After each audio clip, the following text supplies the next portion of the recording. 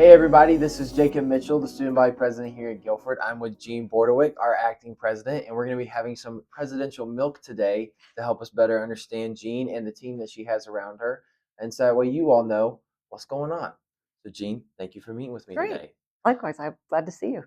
So you were a student here, right? I was my freshman and sophomore years, and then I dropped out for a year, and then I transferred to another school. Gotcha. So in your first 2 years, everybody shares the same dorms. It's either Benford or Milner. So when you were here, where did you stay? Well, I stayed in English.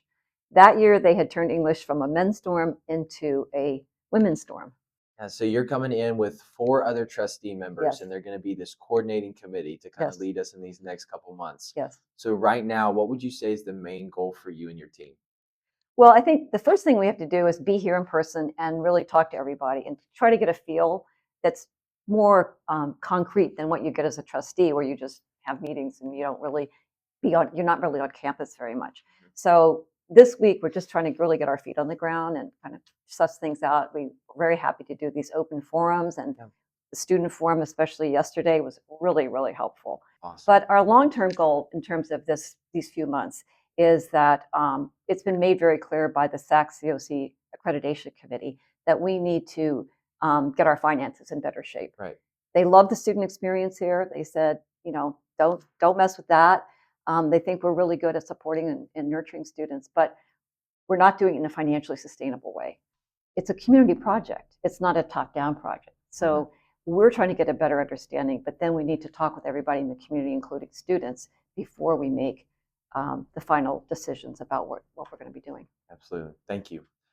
Now, you are an alum, and for me as a senior, I'm thinking about what my connection is going to be with the college after I graduate. So for you, how did you stay connected? What made you want to stay connected with Guilford even past your time? And it's kind of crazy to see where you are now, but between when you were here as a student to now, how did you stay connected?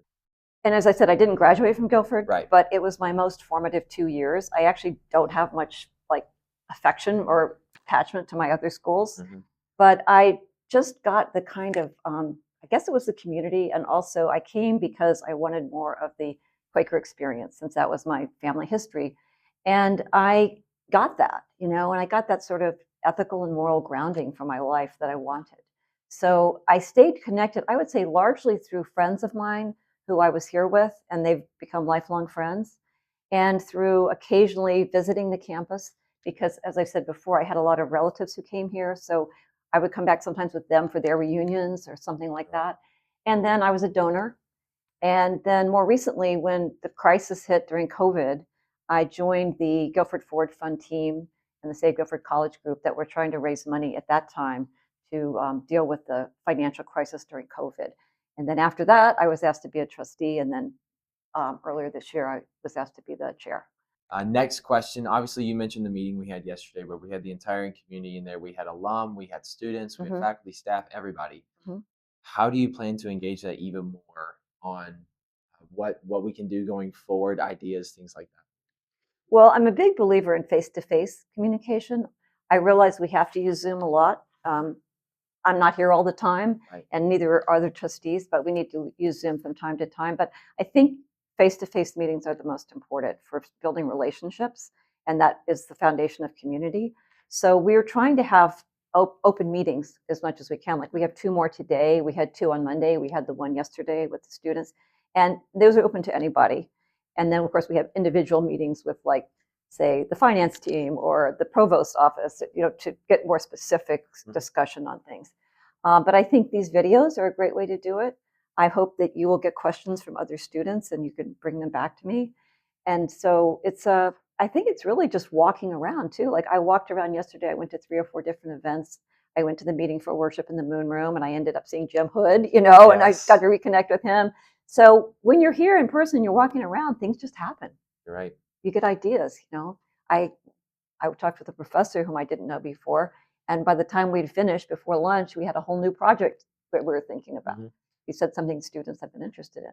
So that's just, I think, how you keep it going. You can't just sit in your office and isolate or just be on Zoom or email all the time. Right.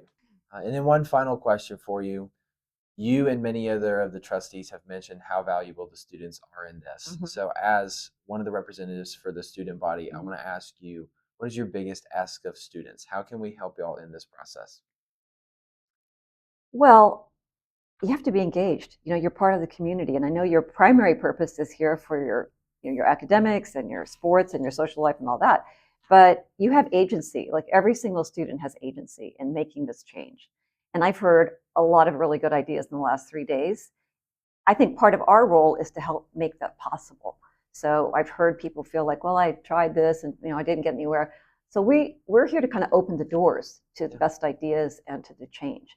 But students have to exercise their own agency in order for that to happen. Yeah.